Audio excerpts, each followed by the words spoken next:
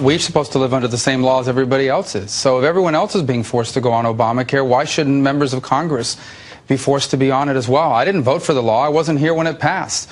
But I don't think should go back to Florida and tell people that I got an insurance plan that they don't have. Maybe you don't. Including both chambers of Congress, there are 535 people in America that enjoy perks that we everyday citizens simply don't. Now, here's a good place to begin. A provision of the Affordable Care Act allows legislators at the national level to certify themselves as small businesses, effectively sidestepping the law. Many Americans look at what Congress is able to do, and while noting it's not really anything overly interesting, wondering if anything can be done to stop what appears to be massive fraud. Let's welcome to MidPoint. He is the president of American Commitment, an organization dedicated to restoring and protecting free markets, economic growth, and limited government. Phil Kerpen joins us on MidPoint. Phil, thanks so much for being here. My pleasure. Phil, absolutely stunning in your column in American Commitment, talking about the House and Senate sidestepping provisions of Obamacare and committing fraud. My goodness, Phil, seriously, lawmakers committing fraud? One never would have guessed, would they?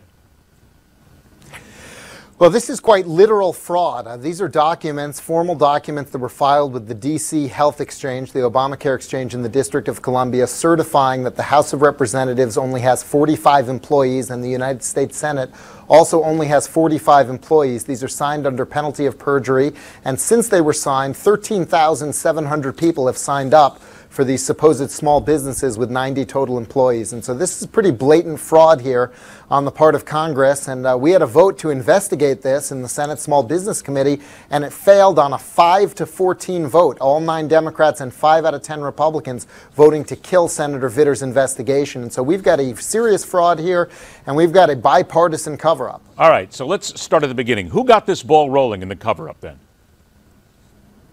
Well, the way this whole thing worked, the Obamacare law, the way it was written, says that that members of Congress and their staff were supposed to lose their previous health coverage, the Federal Employee Benefits Health Plan.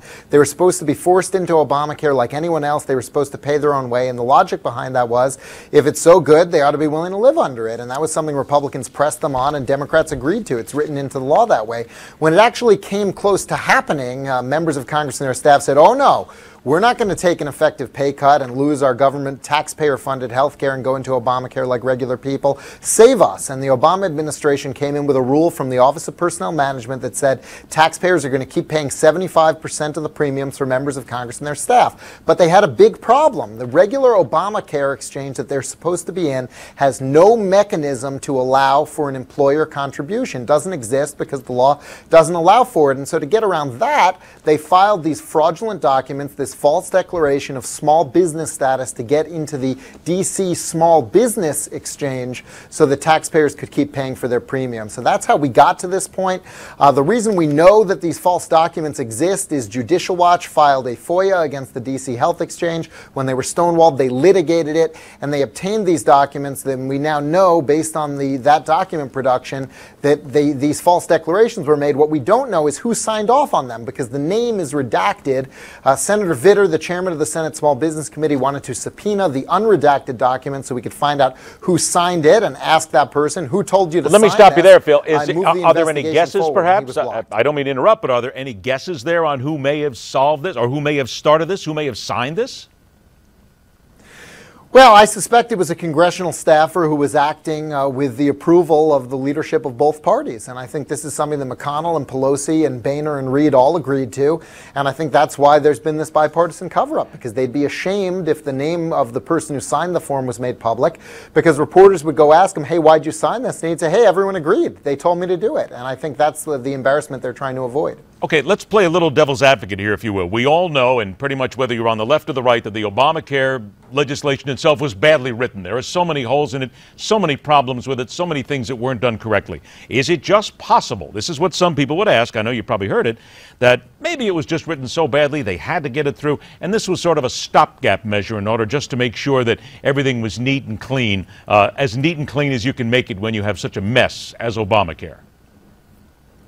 Well, I don't like much of Obamacare, but the one provision in it that I really do like and that I do think makes a lot of sense was the provision that specifically terminates the previous coverage for members of Congress and their staff and says they've got to go onto the Obamacare exchanges like anyone else who lost employer coverage as a consequence of this law. And I think that the language is very, very clear. I don't think that this deal that was cut with the OPM rule and the fake small business declaration is in any way lawful. I think it's blatantly illegal. And frankly, the best proof that what they did was illegal was the fact they had to file fraudulent documents to make it work. If a way around the law requires a huge entity like the United States Congress to pretend to be a small business and to lie and claim that there are only 45 employees of the U.S. Senate and 45 employees of the House, you know what they're doing is wrong. You know it's not some clever loophole, because if it were a clever loophole, it wouldn't require them to file false documents. Okay, if it's such a clever loophole, then here we go.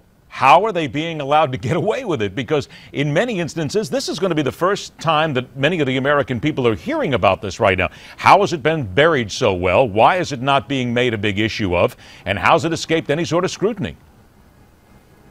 Well, I think that I think it hasn't been a bigger issue because up to now, they've managed to prevent any votes on stopping it, and so members haven't been put on the record on where they stand on this, and they've been able to keep the whole issue under the radar. Of course, that changed. We now have this committee vote where 5 Republicans and all the Democrats on the Small Business Committee voted to kill Senator Vitter's investigation, and I think he's going to demand a floor vote on the Senate at some time soon, and I hope he gets one, because I'd like to see where every senator stands. And frankly, the leadership of the House and Senate, which are both now run by Republicans, could end this tomorrow if they walked out and said, we're going to follow the law as written. It's terrible. I'm sorry that people are going to have an effective pay cut around here, but they're going to have to buy their health insurance on the Obamacare exchange like anyone else who lost employer coverage. That was the whole point of this provision in the law. And, I think that the pressure is just going to build on them until they're going to end up doing the right thing. And the longer they fight it, quite frankly, the worse it's going to be for them, and the more they're going to look bad for holding out. Is one of the most amazing things here is that Rand Paul, who is, as you and others have called him, the scourge of Obamacare, that he and Mitch McConnell seem to be involved in this. This isn't just the right or the left here. What you're pointing out is this is left, right, and everybody in between. Yeah, in the committee, among the Democrats who voted against the subpoena were Mike Enzi, the Budget Committee chairman, Jim Risch, very conservative senator from Idaho, and perhaps most surprisingly was Rand Paul. And his statement that his office put out was pretty bizarre, because he said, I voted against the subpoena because I would rather amend the U.S. Constitution to require Congress to follow the laws. And as much as I would support that constitutional amendment, we're not going to amend the Constitution anytime soon. There's no reason that would be an instead of rather than an in addition to, and yet that was the explanation he gave. I think it's a very weak explanation, and frankly, I've seen there are already ads on the air in Iowa attacking him on this issue, so he's going to have to come up with a much better explanation, or ideally change his position and get on the right side of this issue. So, Phil, about a minute or so that we have left here, where do we go from here? You're bringing this to our attention. We're bringing it to the nation's attention right now. So what happens from here? Because I guarantee you there's going to be a lot of Americans watching this, and they're going to be screamingly mad. Well, I think we've got to get calls and letters into Congress saying to end this corrupt deal and to follow the law, go into Obamacare like you were supposed to.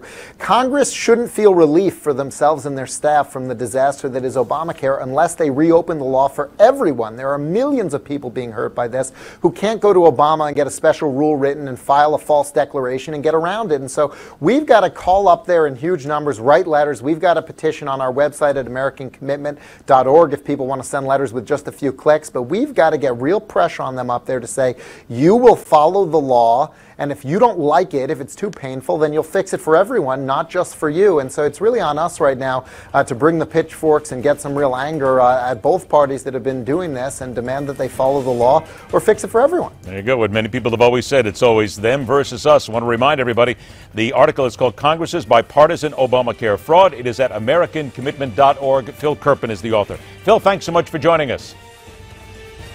Thank you. Have a good one. All right, take care. When we come back, sex sells. What about in politics? Next on MidPoint.